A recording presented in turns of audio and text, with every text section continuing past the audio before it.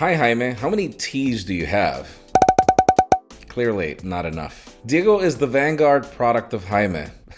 True that. Enjoy your hooker, man. Jaime Rivera 2018.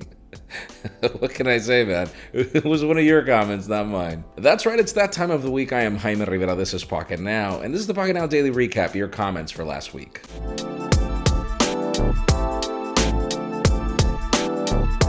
On Monday, and by the way, forgive my allergies, but the topic was the Infinity O display for the Galaxy S10. I asked you, what did you think about this design? We had 423 comments. The Infinity O display looks way better than the notch.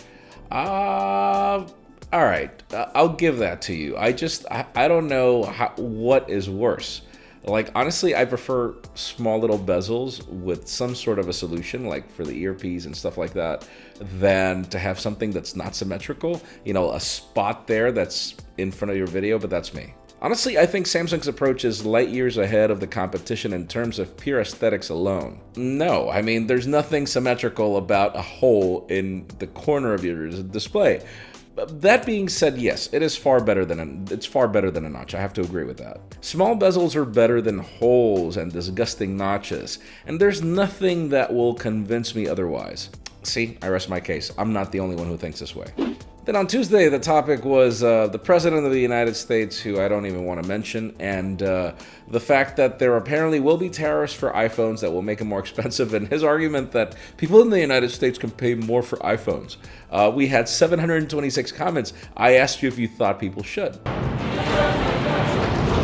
Apple is going to drop soon as their products are very expensive. Yeah, I think that Apple is definitely going to have to figure that out because people are already showing that they're not willing to pay so much for an iPhone. The overpriced iPhone getting more overpriced, LOL. Like, seriously, I mean, I know that it's a bad thing, but Cupertino, like, seriously, I know that these guys are like, they're pricing the iPhone high because it doesn't sell the same, and therefore this is how they compensate to investors and everything in the stock market. That's all fine, but that's not going to last them long, and especially not with phones getting less expensive and more powerful. Make iPhones affordable again, LOL. Alright, I'm not even going to laugh at that. iPhones have never been affordable. Then on Wednesday, the topic was that McLaren edition of the OnePlus 6T. We got some leaks, and I asked you, what did you think? And we had 357 comments. If they give me an actual McLaren and raise the price to $2,000, I'm in. Keep dreaming, bud. 6T salute to speed. I'm guessing hardware upgrade or some way to speed it up more. Interesting. True that. We're wondering what exactly does it mean as a salute to speed. Obviously, OnePlus has been using slogans like the speed you need and stuff like that for the 6. So it makes sense to see that they're saluting it in some way, not just design. OnePlus McLaren version should be a gaming phone. It would be great. True that. I wonder what's taken OnePlus so long to actually be like, you know, we've got like a premium line of gaming phones that are not expensive, because that's the main problem with certain gaming phones. Then on Thursday, the topic was Huawei trying to beat Samsung to the punch of the punch hole on the display.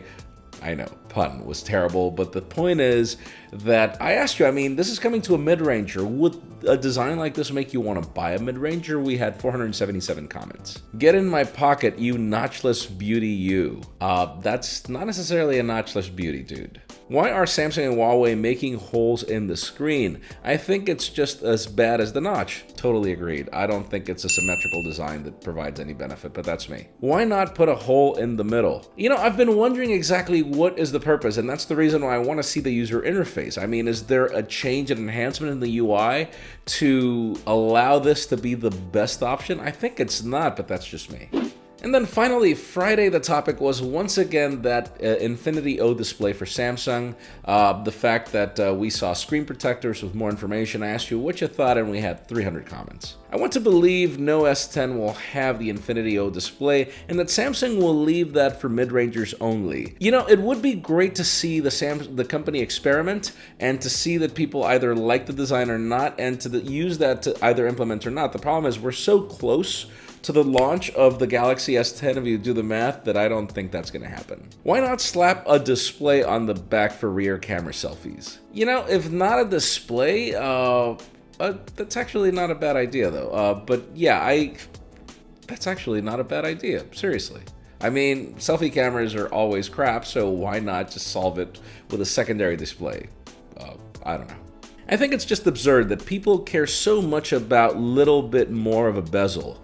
I like a little bit of bezel, it's easier to use. I think that certain bezels serve a purpose. I feel that Samsung is the company that does it best, so I don't know why should we reinvent hot water here. But true that, I like your point. I mean, there's no need to just go full display. It's not like if it makes the experience any better.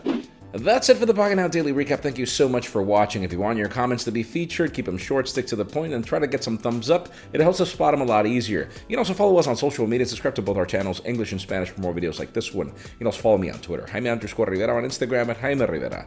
Please give this video a thumbs up if you like what you saw. I'm Jaime Rivera. Thanks so much for watching. We'll see you next week.